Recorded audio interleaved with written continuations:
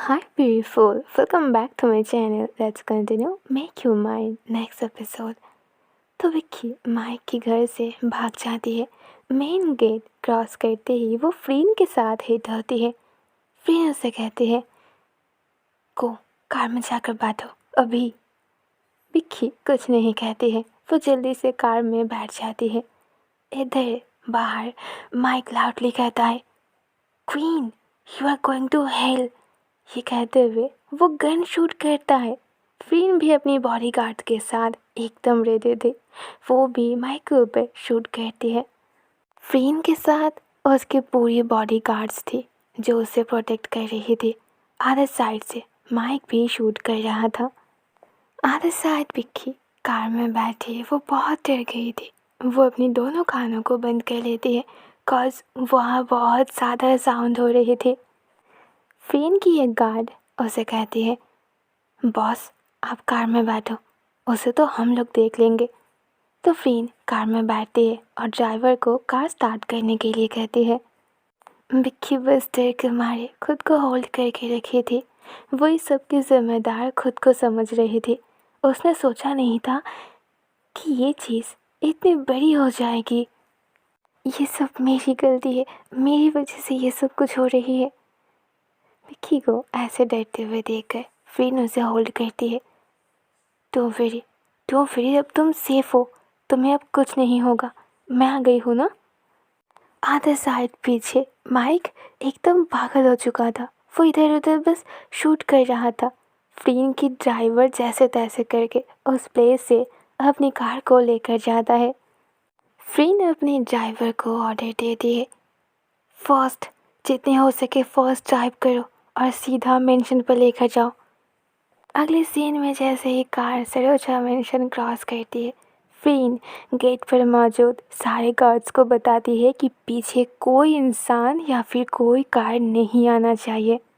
वो कार से जैसे ही विक्की को बाहर ले आती है, सारे मेट्स भागते हुए फ्रीन के पास आती है। फ्रीन उन्हें ऑर्डर देती है कि जल्दी से जल्दी डॉक्टर बुलाओ और उन्हें गेस्ट रूम पर लेकर चलो। सरोजा मेंशन की हॉल रूम पर जैसे जैसे विक्की अपनी कदम बढ़ा रही थी, उस डर पे भी उसे एक एहसास होती है मानो वो इस प्लेस को जानती है, फिर अभी वो इस फीलिंग्स पर ध्यान नहीं दे सकती। वो इतनी ज़्यादा डरी हुई थी कि उसे लग रही थी कि अभी माइक कहीं ना कहीं से आ जाएगा और उसे यहाँ से लेकर जाएगा। गेस्ट रूम की बेड पर फ्रीन उसे अच्छे से लेटा देती है। वो महसूस करती है कि विक्की कितनी ज़्यादा डरी हुई थी। वो बस टोटली शेक कर रही थी। डॉक्टर आ जाती है और उसे चेक करता है। विक्की डरते डरते फ्रीन को सब कुछ बताती है। डॉक्टर उसे चेक करने के बाद फ्रीन के साथ बाहर जाता है। वेल, उनकी हालत ठीक है ये मैं नहीं कह सकता। उन्हें रेस्ट की बहुत नीड है और वो किसी चीज़ के लिए बहुत ज़्यादा डरी हुई है। उन्हें शांत करने के लिए मेडिसिन खानी होगी और अभी के लिए उन्हें नींद की बहुत ज़रूरत है। डॉक्टर चाहते ही फ्रीन बस अपने हाथ को टाइटली होल्ड करती है। आई प्रॉमिस विक्की, तुम्हें ऐसी हालत पे लेकर आने वाले को मैं छोड़ूंगी नहीं। अगले सीन में वो रूम में वापस आती है। सारे मेड्स को ऑर्डर देती है कि उन्हें अकेला छोड़ दे। फ्रीन जाकर विक्की के पास बैठ जाती है। इट्स ओके, अब तुम सेफ हो, हाँ अब तुम्हें कुछ नहीं होगा। फ्रीन उसकी आंखों में डर दिख रही थी। विक्की अभी भी शेक कर रही थी। वो वो माइक। फ्रीन उसके हाथ टाइटली होल्ड करती है। उसे भूल जाओ, अब वो तुम्हारे पास नहीं आ सकता। फ्रीन अपने आप में सोचती है, वो तो एक मॉन्स्टर थी ना, एक रूड पर्सन जो कभी भी लव नहीं कर सकती थी, जो किसी को भी रिस्पेक्ट नहीं देती थी। वो तो विक्की को बस यूज़ करती थी। पर आज आज सब कुछ अलग है। वही पर्सन जो बहुत डरी हुई है। फ्रीन ने कभी सोचा नहीं था कि वो उस वुमन को लव कर बैठेगी। उसने कभी सोचा नहीं था कि विक्की उसकी सब कुछ बन जाएगी, उसकी वर्ल्ड, जो कभी भी अगर कोई उसे छीनना चाहेगी ना तो पता नहीं फ्रीन उसके साथ क्या कर बैठेगी। तुम लेट जाओ, तुम सो जाओ विक्की, तुम्हें रेस्ट की बहुत नीड है। फ्रीन ये कहते हुए उसे हक करती है। विक्की उनकी हाथ नीचे करती है, पीछे आती है और फ्रीन के साथ आई कांटेक्ट करती है। फ्रीन फ्रीन प्लीज़, आप मुझे उनके पास वापस मत भेजना। मैं उनके पास वापस नहीं जाना चाहती हूँ फ्रीन। फ्रीन भी उसे टाइटली होल्ड करती है। ऐसा कभी नहीं होगा, जस्ट मैं विक्की। फ्रीन रियलाइज़ करती है कि विक्की धीरे धीरे पैनिक करना बंद कर रही है। वो शांत हो जाती है तो वो डिसाइड करती है कि वो रूम से चली जाएगी ताकि वो रेस्ट कर सके। विक्की, मैं दूसरे रूम पर हूँ। अगर तुम्हें किसी भी चीज़ की नीड होती है तो सीधा मुझे कॉल करना, ओके? विक्की नोट करती है। वो धीरे धीरे लेट जाती है तो फ्रीन भी उस रूम से बाहर चली जाती है।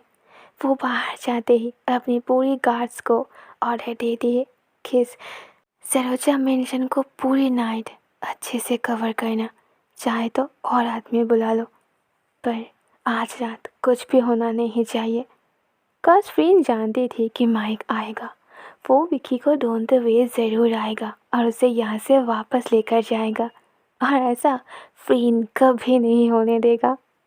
यस बॉस, हम समझ गए, आप जाओ जाके रेस्ट करो। तो फ्रीन अपने बेडरूम में आ जाती है। वो बहुत टायर्ड थी और सबसे ज़्यादा परेशान थी विक्की को लेकर। वो किसी को भी एक्सप्लेन नहीं कर पाएगी कि शायद ना वो क्या महसूस कर रही है। अगर कुछ फीलिंग्स है तो वो बस लव है। वो एक ग्लास में वाइन डालती है और उसे लेकर सीधा बालकनी में जाती है। रात की ठंडी हवा उसके फेस पर पड़ती है। उसे बहुत ज़्यादा सुकून महसूस होती है। उस हवा को एंजॉय करते हुए वो अपनी वाइन की ग्लास पर धीरे से सिप लेती है। फ्रीन, एक वॉइस सुनकर फ्रीन जल्दी से पीछे टर्न करती है। वहाँ विक्की थी। तुम यहाँ कैसे? तुम्हें कुछ चाहिए? वो नोटिस करती है विक्की कुछ भी जल्दबाजी नहीं कर रही थी। वो धीरे धीरे रूम के अंदर आती है और एकदम धीरे से डोर को लॉक कर देती है।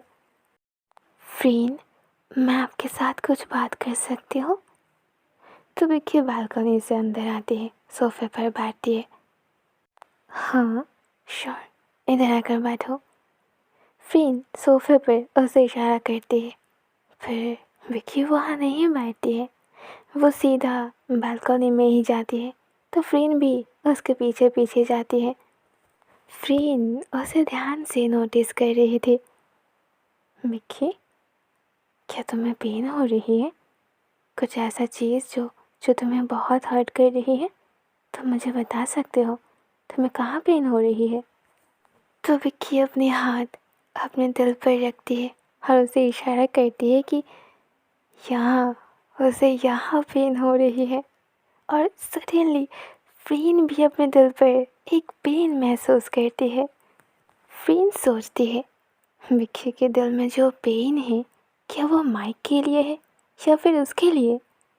विक्की कहती है, फ्रीन, मैं आपको बता नहीं सकती मैं राइट नाउ क्या महसूस कर रही हूँ। मैं चाहती हूँ कि माइक और मेरे बीच सब कुछ ठीक हो जाए। उनकी आंखों में, उनके दिल में मेरे लिए जो लव था, मैं उसे वापस देखना चाहती हूँ। पर मैं रॉन्ग थी। वो अब मुझसे लव नहीं करता है और पता नहीं क्यों मुझे क्या हो गई है। मेरे दिल में आपके लिए एक एक अजीब सी फीलिंग्स है जिससे मैं मजबूर हो जाती हूँ आपके पास आने के लिए। आई फील लाइक मैं जिसे ढूंढ रही हूँ, मुझे जो चाहिए, मुझे जैसे चाहिए, आप वही पर्सन हो।